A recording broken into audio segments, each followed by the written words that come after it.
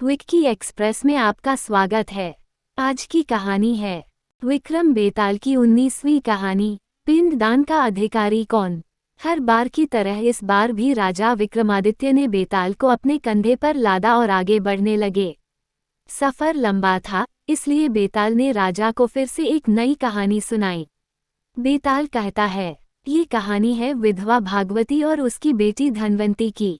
भागवती के विधवा होने के बाद उसके पति के रिश्तेदार उसका सारा धन लेकर भागवती और उसकी बेटी को घर से निकाल देते हैं। इसके बाद दोनों माँ बेटी दूसरे नगर के लिए निकल पड़ती हैं। रास्ते में दोनों एक जगह आराम करने के लिए रुकती हैं तो वहाँ एक सिपाही एक चोर को बांध कर रखे रहता है। चोर को प्यास लगी होती है, वो भागवती और उसकी बेटी धनवंती से पानी पिलाने के लिए विनती करता है।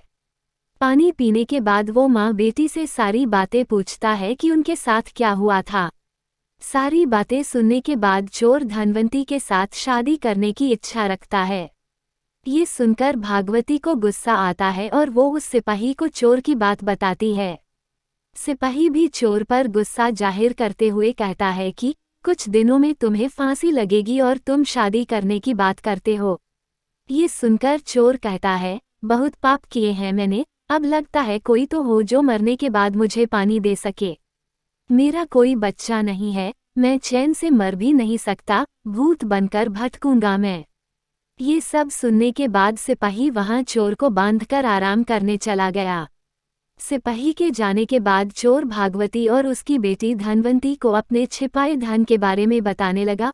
उसने कहा, अगर आप अपनी बेटी धनवंती की शादी मेरे साथ कर देंगी तो मैं आपको अपने छिपाए धन के बारे में बता दूंगा। मेरे मरने के बाद आप दोनों उस धन के साथ अपनी पूरी जिंदगी आराम से बिता सकेंगी। उसकी बात सुनकर दोनों सोच में पड़ गईं। धनवंती की माँ भागवती ने चोर से पूछा, तुम ये क्यों करना चाहते हो? तो चोर ने कहा, शादी के बाद मेरा जो बच्चा होगा वो मेरे मरने के बाद पिंडदान करेगा, जिससे मुझे मुक्ति मिल जाएगी और मैं भूत नहीं बनूंगा। ये सब सुनने के बाद भागवती अपनी बेटी की शादी चोर से कराने के लिए तैयार हो जाती है। दोनों की शादी होती है और जल्द ही दोनों को एक बच्चा भी होता है। कुछ दिनों बाद चोर को फांसी लगा दी जाती है। भागवती और धनवंती काफी दुखी होते हैं। कुछ दिनों बाद भागवती को चोर की बात याद आती है कि एक गुफा में मूर्ति के सामने की जमीन के नीचे उसने खजाना छिपाकर रखा था। दोनों माँ बेटी वहां जाकर देखते हैं और जमीन खोदने लगते हैं। फिर उन्हें वहां सोना चांदी और पैसे मिलते हैं। धनवंती फिर भी दुखी रहती है और कहती है, अगर पैसे नहीं मिलते लेकिन वो जिंदा रहते तो मुझे सब कुछ मिल जाता। भागवती बेटी को समझाते हुए बोलती है कि अगर पैसा है तो सारी खुशी मिल जाएगी। उसके बाद दोनों माँ बेटी एक नए शहर जाकर खुशी खुशी अपनी जिंदगी बिताने लगते हैं। कुछ समय बाद भागवती की सहेलियां धनवंती की शादी कराने को लेकर पूछने लगती हैं। भागवती कहती है, मुझे अपनी बेटी की शादी तो करवानी है, लेकिन लड़का ऐसा होना चाहिए जो घर जमाई बनकर रहे। फिर कुछ वक्त बाद एक पंडित लड़का उनके घर आता है, जिसके सामने भागवती अपनी बेटी धनवंती के शादी का प्रस्ताव रखती है। उनका बड़ा घर और पैसे देखकर वो लड़का लालच में आकर शादी के लिए हाँ कर देता है। वो कुछ वक्त तक उनके साथ रहता है और उनका भरोसा जीतने के बाद एक रात घर के सारे गहने और पैसे लेकर भाग गया। इस दुख में धनवंती की माँ भगवती की मौत हो गई और धनवंती गरीब और अकेली हो गई। उसके बाद वो उस शहर से अपने बच्चे के साथ दूसरे शहर निकल पड़ी। समय बीतता गया और धनवंती किसी तरह अपना गुजारा करने लगी। धीरे धीरे धनवंती का बच्चा भी बड़ा होने लगा। एक दिन दोनों माँ बेटे रास्ते में भटक रहे थे कि इतने में उन दोनों की नज़र एक राजकुमार पर पड़ी, जिसके गले को एक अजगर ने जकड़ रखा था। धनवंती के बेटे ने उस अजगर को काफी मुश्किलों के बाद राजकुमार के गले से निकाला, लेकिन अफसोस तब तक राजकुमार की मौत हो गई थी। इसी बीच राजकुमार के पिता, जो कि उस राज्य के राजा थे, वो वहां पहुंच गए। बेटे की मौत से वो काफी दुखी हुए, लेकिन धनवंती के बेटे के साहस को देखते हुए राजा ने धनवंती के बेटे को गोद लेने का फैसला किया। धनवंती और उसका बेटा महाराज के यहाँ रहने लगे। धनवंती का बेटा देखते ही देखते राजमहल और राजा के सारे कार्यों को सीख गया और राजा के बेटे की जगह ले ली। राजा की उम्र बहुत ज्यादा हो गई थी और कुछ वक्त बाद राजा की मौत हो गई।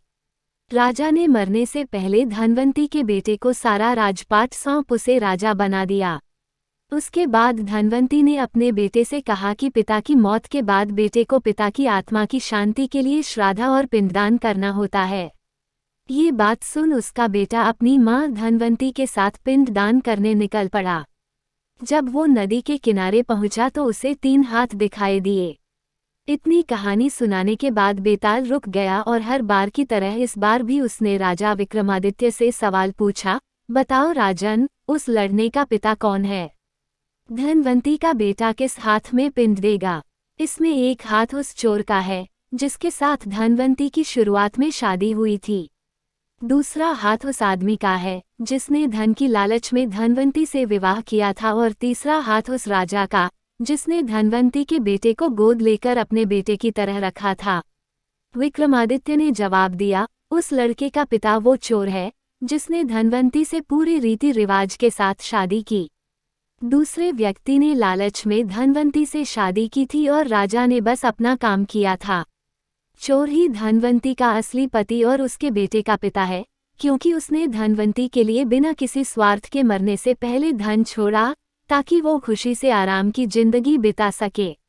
ये सुनते ही बेताल बहुत खुश हुआ और वापस घने जंगल में उसी पेड़ पर जाकर उल्टा लटक गया। कहानी से सीख, जो इंसान बिना किसी स्वार्थ के कोई काम करता है उसे कभी ना कभी अच्छा फल जरूर मिलता है। सुनने के लिए धन्यवाद। मेरा चैनल सब्सक्राइब करें, लाइक और शेयर भी करें। धन्यवाद।